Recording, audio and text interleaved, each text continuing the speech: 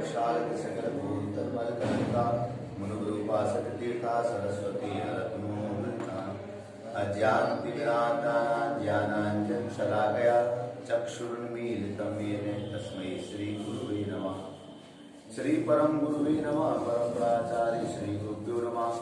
सकल विश्वविद्यासिकं श्रेयसां परिवर्तकं धर्म संबंधकं वक्तीगमन प्रबोधकारकं शास्त्रं श्री 24 पुराण जी नामधेयम् अष्टय मूल ग्रंथ कर्तारा श्री सद्गत देवा सदुत्तर ग्रंथ कर्तारा श्री गणधर देवा प्रतिगणधर देवा वचनोनुसार मासाद्य आचार्य प्रवत्स पूर्वाचार्येण दैवेन विरचितम् मंगलम भगवान वीरो मंगलम गौतमो गणि मंगलम कुंदार्यो जैन धर्मस्तु मंगलम सर्वमंगल मांगल्यम सर्वकल्याणकारकम प्रदानं सर्वधर्माणां जैनम जयतो शासनम।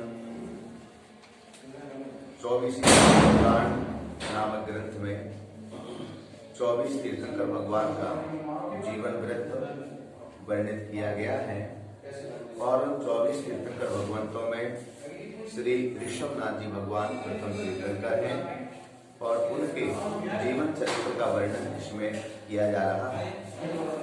धर्म के प्रसाद से, धर्म के प्रभाव से इस प्रकार का चरित्र, इस प्रकार का जीवन पुण्यशाली लोगों के लिए प्राप्त हुआ करता है और वह पुण्यशाली जीव अपने जीवन काल में अनेक प्रकार के उच्च आचरण को करते हुए स्वयं की आत्मा का कल्याण तो करते ही करते हैं, किंतु उनके चरणों की शरण को या उनकी सानिध्यता को जो जीव प्राप्त कर जाते हैं उनका भी कल्याण उनके माध्यम से हो जाया करता है।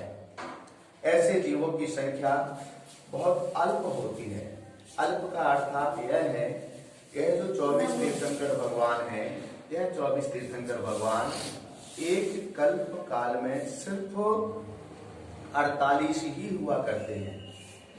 एक कल्प काल का अर्थ है 10,000 कोड़ा कोड़ी सागर का एक काल हुआ करता है और ऐसे उत्सर्पणी और अपसर्पणी के दो काल मिलाकर के एक कल्प काल होता है। उत्सर्पणी भी 10 कोड़ा कोड़ी सागर का और अपसर्पणी काल भी 10 कोड़ा कोड़ी सागर का हुआ करता है।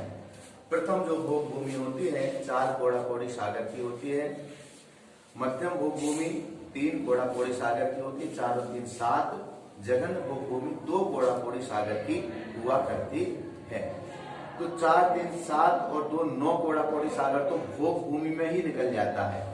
इस जीव का धर्म करने का समय बहुत ही अल्प होता है। भोग भूमि और कर्म भूमि 2 प्रकार का विभाजन होता है, जिसमें से 9 कोड़ा कोड़ी सागर काल तो सिर्फ भोग भूमि में ही निकल जाता है, जहां पर किसी प्रकार का कोई धर्म नहीं है, देव शास्त्र गुरु नहीं है, व्रत तप संयम आदि नहीं है। हाँ, कोई कोई मुनिराज कदाचित धर्मोपदेश आदि के लिए पहुंच जाया करते हैं, लेकिन वहां धर्म का कोई संसाधन नहीं है, कोई भी वहां पर धर्म करने के लिए साधन उनके पास में उपलब्ध नहीं है। तो 10 कोड़ा कोड़ी सागर का एक जो काल होता है, उसमें से 9 कोड़ा कोड़ी सागर का काल सिर्फ भोग में निकल गया। इसको हम इस प्रकार से समझ सकते हैं, आप लोग भोजन बनाते हैं तो आटा लेते हैं, नमक कितना डालते हैं? आटा कितना लिया और नमक कितना डाला? चुटकी भर। 1 किलो 2 किलो आटा भी है तो उसमें नमक जो डालते हैं बस चुटकी भर नमक डाला जाता है। ऐसे ही 10 कोड़ा कोड़ी सागर का काल होता है। उत्सर्पणी काल भी उतने का ही और अपसर्पणी काल भी उतने का ही, और ये दोनों 20 कोड़ा कोड़ी सागर मिलकर के एक कल्प काल होता है। तो 10 कोड़ा कोड़ी सागर के काल में आटा तो भोग बराबर हो गया, 9 कोड़ा कोड़ी सागर निकल गया। पहली भोग भूमि का 4 कोड़ा कोड़ी, दूसरी भोग भूमि का 3 कोड़ा कोड़ी और तीसरी भोग भूमि का 2 कोड़ा कोड़ी। अब धर्म करने के लिए आता है चौथा काल, जो 1 कोड़ा कोड़ी सागर का होता है। उसमें 42,000 वर्ष कम होते हैं, उसमें भी पूरा नहीं होता है। 42,000 वर्ष कम क्यों होते हैं?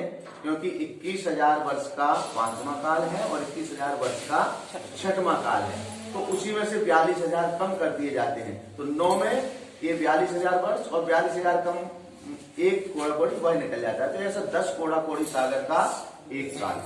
तो आपके लिए धर्म करने का मौका कितना है? एक कोड़ा कोड़ी सागर का जो मिला है पूर्व कोटि जिसे हम कहते हैं, वो जो काल मिला हुआ है चतुर्थ काल और 21,000 वर्ष का एक पांचवा काल।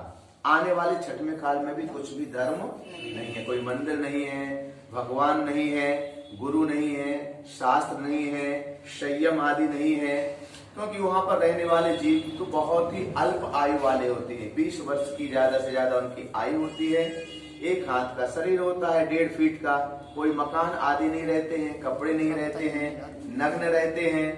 और पुआर का एक पौधा होता है, उस पुआर के पौधे के कोई ऐसे बड़े आम के बरगद के बड़े बड़े पेड़ भी कुछ नहीं होंगे, सिर्फ पुआर का पौधा रहता है, उसके नीचे ही वो अपना जीवन बसर कर लेते हैं। मिट्टी खाते हैं, या जो कोई भी जीव कीड़े पतोड़े मछली आदि है वो उसको खा करके अपने जीवन का यापन करते हैं। हाँ, ये आने वाला जो छठवां काल है, और इसमें भी अलग अलग मान्यता है। इसमें आचार्यों के 6 मत हैं। एक आचार्य के मतानुसार अभी भगवान महावीर स्वामी को मोक्ष हुए 2,500 वर्ष निकला। अपन 2600 कुछ मनाते ना, तो अभी इतना समय निकला है। लेकिन एक शब्दरायणी नाम के आचार्य तुलुईपन्नती में ही ये मत दिए हैं। उनके अनुसार इस पांचवें काल का 18,000 वर्ष व्यतीत हो चुका है। 18 तो 2,500 को 18,000। हाँ, उनके मतानुसार 18,000 वर्ष इसका निकल चुका है। और आप ये मान करके चलें, अभी के चिन्ह जो दिखाई दे रहे हैं, जीवों की मांसाहार की ओर प्रवृत्ति है, इतना मछली है, ये सब खाने की ओर जो प्रवृत्ति धीरे धीरे बढ़ती जा रही है, उसकी छठवें काल में तो यही खाना है। उस चीज का पोषण कर, उस चीज का ये पोषण कर रहा है कि लोगों की प्रवृत्ति इतनी हिंसामय हो गई है कि उन्हीं का भक्षण करने के लिए उसी तरफ जो उच्च वर्ग के लोग हैं, वो लोग भी धीरे धीरे उसकी ओर बढ़ रहे हैं। तो ये सब हमें प्रेरित कर रहा है कि यह नियरेस्ट है, मतलब जो छठवां काल है वह आने वाला है। तो यह जो पुण्यशाली जीव होते हैं, एक कल्प काल में सिर्फ 48 होते हैं। 24 उत्सर्पणी काल में और 24 अपसर्पणी काल में। कल्प काल कितने का हो गया? 20 कोड़ा कोड़ी सागर का। और एक काल कितने का होता है? 10 कोड़ा कोड़ी सागर का। 10 कोड़ा कोड़ी सागर कैसे? फिर से एक बार गिन लीजिएगा, आप स्मरण रखें, उसको याद बना करके रखें। कैसे 10 कोड़ा कोड़ी सागर निकल जाते हैं? पहली जो उत्कृष्ट भोग भूमि है वो 4 कोड़ा कोड़ी सागर की होती है। दूसरी जो मध्यम भोग भूमि है वो 3 कोड़ा कोड़ी सागर की होती है। तो 4 और 3 7। जघन्य भोग भूमि है वो 2 कोड़ा कोड़ी सागर की होती है। यह 9 कोड़ा कोड़ी सागर तो सिर्फ भोग भूमि में निकल गया, वहां पर धर्म की कोई चर्चा नहीं है। अब जो 1 कोड़ा कोड़ी सागर का काल मिला है, उसमें चौथा काल, पांचवा काल और छठवां काल। क्योंकि 21,000 वर्ष कम का, 42,000 वर्ष कम का चौथा काल हो गया, उसमें से 21,000 वर्ष का पांचवा और 21,000 वर्ष का छठवां। तो ऐसे 10 कोड़ा कोड़ी सागर में, इसके लिए हमने अभी आपको बतलाया कि धर्म करने का मौका जीवन में इतना मिलता है जैसे आटे में नमक डाला जाता है। अपनी जिंदगी में ही देख लो, अपने जीवन मिला है 60 वर्ष का, 80 वर्ष का, 40 वर्ष का, जो भी जीवन मिला है उसमें धर्म अपन कितना करते हैं? आटे में नमक के बराबर। मंदिर जितने में मंदिर आ जाते, लेकिन उस आटे में जितना नमक डाल दिया जाता है, उस नमक से ही उस आटे की कीमत, स्वाद, क्वालिटी सब कुछ बढ़ जाता है। लेकिन नमक असली होना चाहिए। नमक जो है असली होना चाहिए, स्वाद वाला होना चाहिए, अपनी क्वालिटी वाला होना चाहिए। तो अगर 2 किलो आटे में भी चुटकी भर नमक डाला जाएगा तो भी उस आटे का स्वाद बढ़ जाएगा, क्वालिटी बढ़ जाएगी और खाने वालों के लिए आनंद आएगा। इसी प्रकार जो धर्म हम नमक के बराबर करते हैं, वह नमक भी असली होना चाहिए, मतलब धर्म भी असली होना चाहिए। श्रद्धा भाव से, मन लगा करके और उच्चतम क्वालिटी का जो भी हम धर्म करते हैं उसमें द्रव्य चढ़ाएं, वस्त्र हो, बर्तन हो, भाव हो, भावों की विशुद्धि हो। ये सब कैसे होना चाहिए? उच्चतम क्वालिटी के होना चाहिए। हम लोग अपने घरों में इतने सारे अपने लिए संसाधन रखते हैं, अपने पहनने के लिए आभूषण रखते हैं, इतनी सारी चीजें बनवाते हैं, तो एक आध बार अपने मन में यह भाव या परिणाम भी आना चाहिए कि हे भगवान, मैं ऐसा कर सकूं, मैं अपने पहनने के लिए तो सोने और चांदी के आभूषण रखूं हूं, आपकी पूजन के लिए भी सोने और चांदी के बर्तन बनवा सकूं, कर सकूं, क्योंकि वही तो पुरुषार्थ है। देखिएगा, द्रव्यस्य शुद्ध मदिगम्य यथानुरूपम भावस्य शुद्ध मदिका मदिगंतु कामः आलम्बनानि विविधान यविलंब्य बलगन भूतार्थ यज्ञ पुरुषस्य करोमि यज्ञम। हम निश्चयता आपके श्री चरणों की पूजन कर रहे हैं, तो उस पूजन से हमारे लिए किस प्रकार की प्राप्ति होने वाली है, तो उसमें द्रव्य शुद्ध मदिगम्य यथानुरूपम, द्रव्य आदि की शुद्धि का अवलंबन जिस प्रकार का होगा, उसके उसके अनुसार ही भावों में विशुद्धि आएगी। द्रव्य की शुद्धि, क्षेत्र की शुद्धि, भाव की शुद्धि, काल की शुद्धि, इन चारों की शुद्धि जैसे होगी, उसी के अनुसार हमारे भावों में भी विशुद्धि आएगी। तो द्रव्य क्या क्या है? द्रव्य का मतलब अकेले चावल चटके नहीं होता है। द्रव्य का मतलब क्या होता है? द्रव्य का अर्थ होता है पूजन के बर्तन, वो भी द्रव्य है। कपड़े वस्त्र जो आप पहने हुए हैं, उसकी क्वालिटी कितनी है, उसकी शुद्धि कितनी है, और चढ़ाने की जो द्रव्य सामग्री है, यह सब द्रव्य के अंतर्गत आ जाता है। अगर आपके वस्त्र फटे पुराने हैं तो उसका फल भी बतलाया गया है कि कोई फटे पुराने वस्त्रों से, जले वस्त्रों से, गंदे वस्त्रों से भगवान की पूजन आराधना करता है, तो उसके लिए किस प्रकार के पुण्य फल की प्राप्ति हुआ करती है। पूजन करने से पुण्य मिलेगा यह निश्चितम है, क्योंकि परमात्मा में के दर पर आने वाला खाली झोली नहीं जाता है। लेकिन हमने जो पुण्य उपार्जन करने के लिए आए हैं, अगर उसमें इस प्रकार से निमित्तों की कमी है, आलंबनों की कमी है, तो पुण्य में भी वैसे ही आलंबन की कमी आ जाएगी। देवपद तो पाओगे, देवपद में सर्वोत्कृष्ट पुण्य भी प्राप्त होता है सौधर्म इंद्र आदि के लिए, रिद्धिधारी इंद्रों के लिए, लेकिन देवपद पाने के बाद भी निम्न द्रव्य का आलंबन लिया, निम्न कपड़े, फटे पुराने गंदे चिते वर्षों के पुराने ऐसे वस्त्र पहन करके आए, और ऐसे ही वस्तु के में रख करके पूजन की, और ऐसे ही चढ़ाने वाली वस्तु, तो देव तो बनेंगे, किल विशिक जाति के देव बन जाएंगे। पुण्य मिला, देव पर्याय पाई, लेकिन किल विशिक जाति के देव कहाँ बैठते हैं? देव लोगों की जो सभा होती है, देहरी के बाहर बैठ करके वो सभा का आनंद लेते हैं। क्या पाया था? हाँ, 10 प्रकार के देव हैं, तो 10 प्रकार के देवों में ये सारे भेद है, उनमें अभियोग जाति के देव हैं। देव तो बने, लेकिन मायाचार के साथ पूजन की, तो पूजन के पुण्य से देव पद पाया, लेकिन मायाचार से त्रियंश बन गए। तो वहां पर क्या काम करोगे? सवारी, देवों की सवारी के काम आओगे। देखो पुण्य कितना था। यहीं पर अगर मायाचार से रहित होकर के हम पूजन आराधना करते, तो देव पद के साथ साथ में उत्कृष्ट क्वालिटी का पुण्य पाते, रिद्धिधारी देव बनते। हमें वाहन जाति के देव नहीं बनना पड़ता, आभियोग जाति के देव नहीं बनना पड़ता। अब आभियोग जाति के देव बन भी गए तो क्या है? विक्रिया करके वृषभ है, सिंह है, हाथी है और घोड़ा है, इन 4 के रूप में अपनी विक्रिया करके, और सूर्य के विमान खींच रहे हैं, चंद्र के विमान खींच रहे हैं, ये जो चारों दिशाओं में जो लगे हुए हैं, ये देव ही हैं। विक्रिया करके कोई शेर बन जाता है, कोई घोड़ा बन जाता है, कोई हाथी बन जाता है, कोई वृषभ बन जाता है। चारों दिशाओं में अलग अलग लग करके और उनके विमानों को लगातार खींचते रहते हैं। स्वर्ग में भी बिल्कुल, स्वर्ग में क्या आप ही ये बजा करके बने हुए हैं। आप यहाँ पर पुण्य कमाने में त्रियंश जाति नहीं है, वो देव हैं, लेकिन देवों ने पुण्य बांधते समय ऐसा खोटा परिणाम कर लिया था कि देव बनने के बाद भी पशुओं जैसा काम करना पड़ रहा है। ऐरावत हाथी जो आता है, वो कोई वहां थोड़ी रखा है 1 लाख वजन का हाथी जो है, ऐरावत हाथी जिस पर सौधर्मेंद्र जन्माभिषेक मनाने के लिए आते हैं, भगवान का जन्म कल्याण मनाने के लिए, तो कोई वहां पर हाथी बनकर के थोड़ी खड़ा है। आभियोग जाति के देव होते हैं और वो इसी काम में आते हैं। उन्होंने कहा भगवान का जन्म हुआ है, जन्माभिषेक के लिए चलना है, बन जाओ हाथी। तो इतनी सूंड है, तालाब है, देवियां हैं, कमल हैं, धनपंती हैं, इस प्रकार की प्रक्रिया करके वह यहाँ पर आ जाया करते हैं। तो द्रव्य शुद्ध मधिगम्य यथा अनुरूपम, जिस प्रकार से यथा अनुरूपम, जिसके अनुसार द्रव्य का आलंबन होगा, भावश शुद्ध मधिकाम अधिकंतु कामा, भावों की शुद्धि भी उसी प्रकार की होगी। इसीलिए कहता हूं, भोग के लिए बहुत आपने रखा हुआ है, जेवर बनवा भी लिए तो कब पहन पाते हो? किसी की शादी हुई, किसी का कुछ हुआ, आप तो उसमें भी नहीं निकाल पाते हो। कहाँ रखे हैं? यहाँ तो लॉकर की भी सुविधा नहीं होगी, छोटे से स्तर पर है।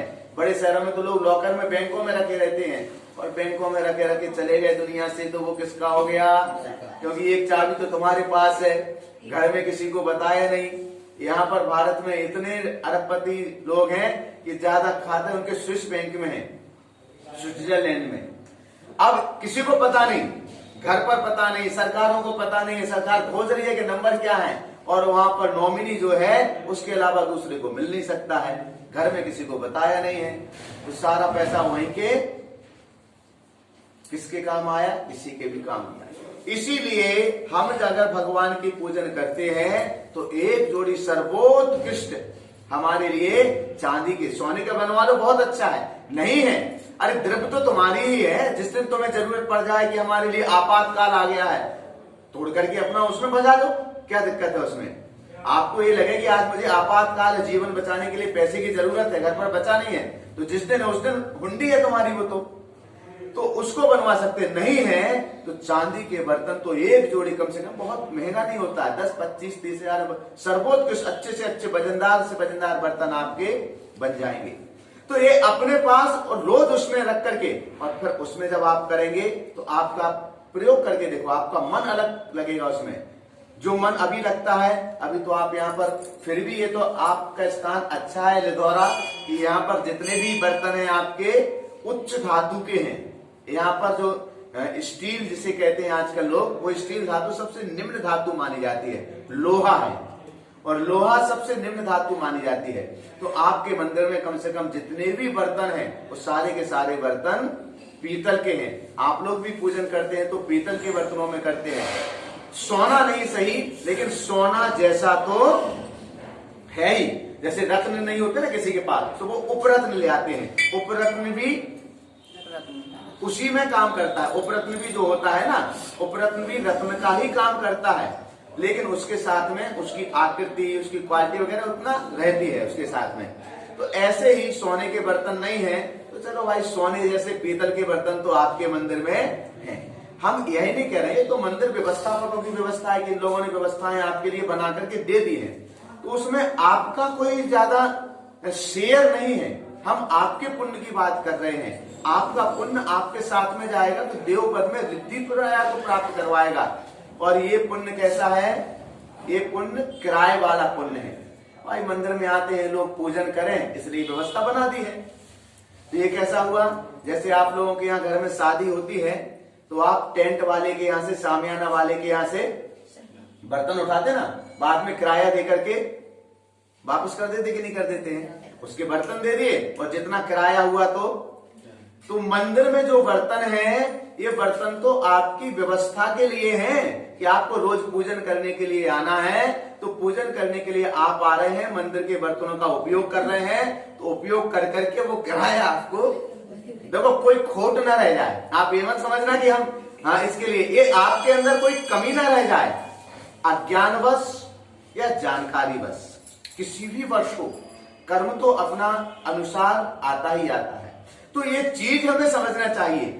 यह जो व्यवस्था यहाँ पर जितनी बनाई गई है, यह मंदिर व्यवस्थापकों ने आपकी सुविधा के लिए बनाई है, लेकिन आपकी सुविधा में कहीं ऐसा तो नहीं हो रहा है कि हमारे द्वारा जिस पुण्य का अर्जन हमें कर लेना चाहिए था, उस पुण्य में बट्टा लग रहा है। तो सर्वोच्च क्वालिटी क्या है? हमारे बर्तन हो, जैसे वस्त्र हमारे होना चाहिए, मंदिर के वस्त्र नहीं होना चाहिए, मंदिर के बर्तन नहीं होना चाहिए, मंदिर की द्रव्य नहीं होना चाहिए, क्योंकि ये सब क्या है? निर्माल्य का लाया हुआ है, व्यवस्था का लाया हुआ है। आप सब जानते हैं, जो भी आपने दिया है पैसा उसी से खरीदी होती है। मंदिर का, भगवान का तो अपना कुछ कोई वो है नहीं कि वहां से ला रहे हैं। तो जो भी आप लोगों के द्वारा आता है उससे ही मंदिर के कपड़े खरीदे जाएंगे, उससे ही मंदिर की द्रव्य खरीदी जाएगी, उससे ही मंदिर की पूजन के बर्तन है, मंदिर की जो भी व्यवस्था होगी उसी से होती है। आप सभी जानते हैं। तो आपके पुण्य में कोई खोट ना रह जाए, इसलिए सर्वोच्च काम क्या होना चाहिए? हमारे अपने बर्तन होना चाहिए, और अपने बर्तन भी जब हों तो फिर उच्च क्वालिटी के होना चाहिए। हमारी अपनी चीज हो तो हमारी घर की है ना, उसको हमें किसी को देना थोड़ी है, हमारी अपनी संपत्ति है। आप घर पर चांदी की सिल्ली बनवा के रखो या पैसे को बैंक में रखो, इससे अच्छा है कि चांदी के बढ़िया से बढ़िया बर्तन रखवा करके रखो, वो भी सिल्ली ही है। बैंक में पैसा रहता है तो सरकार उठा करके डोनेशन दे देती है, मछली पालन के लिए, मुर्गी पालन के लिए, इसके लिए पैसा जो इन लोगों के लिए लोन देती है वो कहां से देती है? सरकार कोई प्रिंट करके थोड़ी दे रहा है। आपका जो पैसा बैंक में रखा हुआ है उसमें से ही तो दे रहे हैं, जब आपको जरूरत पड़ती है तो आपको दे देती है। क्यों कल्लू भैया? हमने पैसा बैंक में रखा है तो आपका पैसा किसके लिए दिया? मांस उत्पादन के लिए। सरकार के आंकड़े बतलाते हैं कि वह मांसाहार को प्रेरित करने के लिए सबसे ज्यादा लोन देती है। उनके आंकड़े उठा करके देखो, मुर्गी पालन, मछली पालन, इन सब के लिए सबसे ज्यादा लोन देती है, और कृषि ऋण पर बहुत कम लोन देती है। वो खेती किसानी के लिए बहुत कम लोन देती है, और इन पोल्ट्री फार्म में ये है, इन सब के लिए तो हमारा पैसा कहां जाता है? तो सर्वोत्कृष्ट है कि उस द्रव्य को आप अपने लिए लगाइएगा।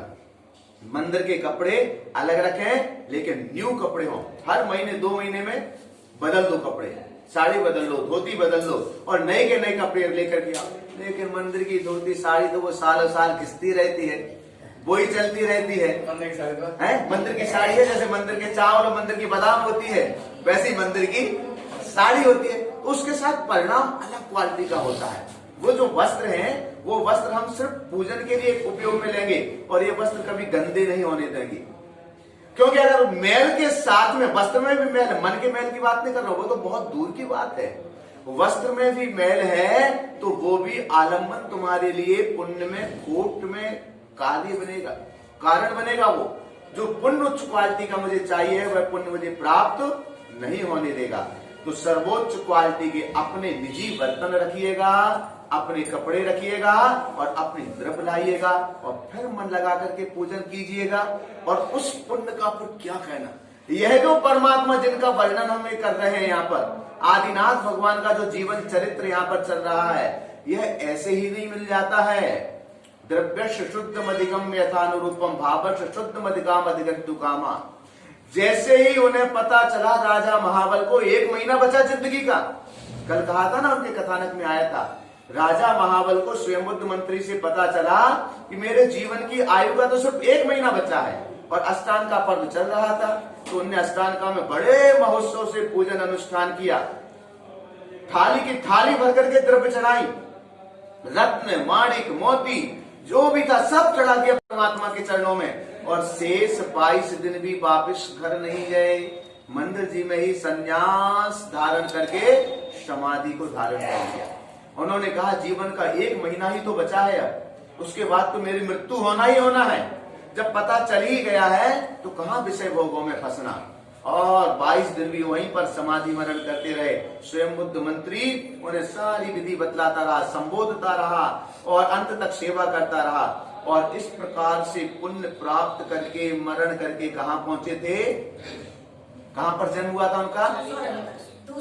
दूसरे स्वर्ग में, ऐशान नाम के दूसरे स्वर्ग में उनका जन्म हुआ। और वहां पर क्या बने? ललितांग नाम के देव बन गए। वहां पर भी वह वैभव को, क्योंकि यहाँ पर भी जीवन भर वैभव को भोगते रहे, तो वहां पर भी उन्होंने वैभव का भोग किया। और जब जीवन के अंतिम 6 महीने शेष रह गए थे, तब अंतिम 6 महीने में वह क्या? माला बन जाने लगी। चिंता होने लगी कि अब कहाँ जाना है। और उसी समय जीवन के अंत में उनका एक रानी, वैसे तो बहुत रानी, 4000 रानियां थी उनकी, ललितांग देव की, उन सब का धीरे धीरे आना जाना वियोग चलता रहा। क्योंकि देवों में 6 महीने तक अंतराल पड़ सकता है। कोई भी देवी चली गई तो 6 महीने बाद तुरंत दूसरी देवी आ ही जाएगी। 6 महीने से ज्यादा उनका विधुर काल नहीं होता है। ऐसे देवियों का भी 6 महीने से ज्यादा काल नहीं, पर दूसरे देव नियम से उनके साथ में संयोग उनका हो ही जाएगा। तो वह दूसरी जो देवी आ चुकी थी, उस देवी के साथ उनका बहुत ही ज्यादा अनुराग था। अब आगे जाकर के किस प्रकार से क्या होता है उसको थोड़ा सा देखते हैं। लेकिन यह जो बात हमने कही है कि सर्वोच्च क्वालिटी अपनी, हम लोग रोज पढ़ते हैं, पूजन में सब कुछ करते हैं, लेकिन प्रयोग नहीं करते हैं। तो इन चीजों का प्रयोग हमारे लिए करना चाहिए। हमने तो सिर्फ पूजन के लिए कहा है, लेकिन हम तो कहते हैं भोजन के भी हमारे जो बर्तन हैं वो भी चांदी के ही बर्तन हमें रखना चाहिए। क्या करोगे भोग के? पैसा रखा है, वो भी तो पैसा ही है। हम क्यों लोहे के बर्तनों में जिंदगी भर किसके लिए कमा रहे हो? छोड़ करके जाना है। कल हमने सुना था आचार्य ज्ञान सागर जी महाराज चले गए। आज सुबह सुबह 4 बजे गिरनार गौरव आचार्य निर्मल सागर जी महाराज चले गए। जीवन, हाँ, गिरनार जी में जो आज तक गिरनार जी को बचा करके रखे हुए थे, निर्मल सागर एक आचार्य ज्ञान सागर जी महाराज, जिन्होंने श्रावक बंधुओं को बचाया, शराब क्षेत्र में इतना बड़ा काम किया, पूरा जीवन उन्होंने उनके लिए समर्पित कर दिया, लगा दिया। जो बंधु हमारे थे, हमारे बीच से बिछुड़ गए थे, हमारे बीच से दूसरे उसमें चले गए थे, ऐसे आदिवासी क्षेत्रों में जाकर के उन्होंने समझाया, धर्म के मार्ग पर लगाया। और ऐसे ऐसे बंधु जो रात्रि में भोजन नहीं करते, बिना छना पानी नहीं पीते, जमी कंद नहीं खाते, उनके घरों में आलू प्याज लहसुन आता ही नहीं है। आज अपने जैनों घरों में आपको मिल जाएगा ये सब चीज, रात में भोजन मिल जाएगा, अनछने पानी का भरपूर उपयोग मिल जाएगा आपके लिए। हमारे पास उतनी करुणा नहीं है, दया नहीं है, लेकिन उनके पास में वो आज भी जीवित है। आज भी वो लोग आते हैं, उनकी चर्या देखो। और ये किसकी बदौलत हुआ? आचार्य श्री ज्ञान सागर जी महाराज शराब उद्धारक माने जाते थे। 5:30 बजे तक प्रवचन, अभी उनका प्रवचन सुन रहे थे हम थोड़ी देर पहले यहीं पर। जो अंतिम प्रवचन था दीपावली को उन्होंने दिया, 5:30 बजे तक प्रवचन दिया। और 6 बजे जब आचार्य भक्ति को बुलाने के लिए गए तो जीवन की श्वासें जा चुकी थी। जीवन को समझिएगा, ये भोग किसके लिए है? आप जो कुछ इकट्ठा करके रखे हो, आपको अपनी श्वासों का भरोसा है क्या? रात को ही तो सोए थे कि सुबह उठ करके सामायिक में बैठूंगा 4 बजे। सामायिक के लिए उठे, बैठे, और बैठे के बैठे गिरनार गौरव जो माने जाते थे आचार्य निर्मल सागर जी महाराज, और उनका इतना दबदबा था कि जो भी जाते थे यात्री दिगंबर हैं, उनके लिए 5वीं टॉर तक के दर्शन के लिए व्यवस्था बना देते थे। वो वहां पर रहने वाले और जो कोई भी हैं जो उसको अधिग्रहण करना चाहते हैं पूरे क्षेत्र को, कोई उनके सामने टिक नहीं सकता था। उन्होंने एक ओंकार लगा दी, एक आवाज लगा दी, सब अलग हो जाते थे। महाराज का आदेश है, इतना उनका वहां पर चलता था। लेकिन जीवन की श्वासों का किसी का कोई भी भरोसा नहीं है। इसीलिए हम कह रहे हैं कि राजा महाबल को अपने जीवन की श्वासों का पता चल गया तो उसने उपयोग कर लिया। 1 महीने के लिए उपयोग कर लिया, 1 महीने का पता चला। आपका भी क्या भरोसा? ना जोड़ करके रखोगे, और किसके लिए जोड़ करके रखोगे? जो सामने वाला है वो अपने पुण्य से अपना एकत्रित कर ही रहा है, और आप जोड़ करके रख भी जाओगे तो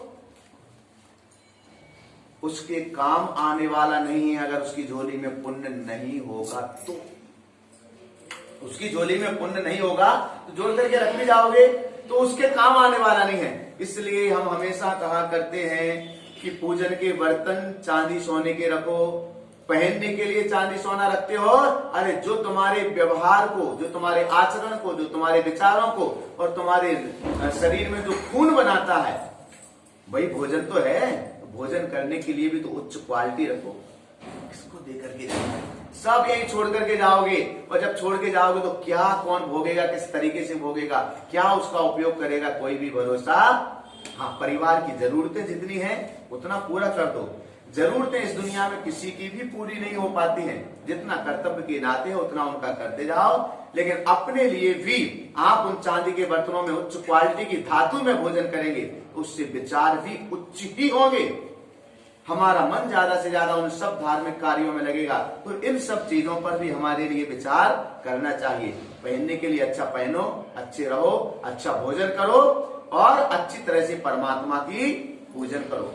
यही सब उसने किया, तब जाकर के वो ललितांग देव बना, और ललितांग देव बन करके दूसरे स्वर्ग में पहुंचा। और दूसरे स्वर्ग में भी 6 महीने रह गए थे, तो उसने विचार किया कि अरे 6 महीने ही शेष रह गए, तो उन 6 महीनों में जितना धर्म कर सकता था, अकृत्रिम चैत्यालयों की पूजन की, रोज वंदना की, रोज विमान से जाए अकृत्रिम चैत्यालयों में, वहां पर जाकर के पूजन करता रहा।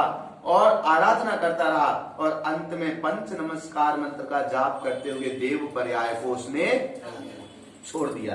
देव पर्याय को छोड़ करके वह जम्बू द्वीप के सुमेरु पर्वत से पूर्व की ओर विदेह क्षेत्र में पुष्कलावती देश है, उसकी राजधानी उत्पल खेट नगरी है। उस समय वहां वज्रबाहु राजा राज्य करते थे। उनकी स्त्री का नाम वसुंधरा था। राजा वज्रबाहु वसुंधरा रानी के साथ इंद्र इंद्राणी की तरह भोग भोगते हुए आनंद से रहते थे, जिसका कथन अभी ऊपर कर आए हैं। वही ललितांग देव स्वर्ग से चयकर इन्हीं वज्रबाहु और वसुंधरा नामक राज दंपत्ति के वज्रजंग नाम का पुत्र हुआ। ये उनका तीसरा भाव है। आदिनाथ का पहला भाव क्या था? राजा महाबली। दूसरा भाव ललितांग देव। तो तीसरा भाव क्या है? वज्रजंग।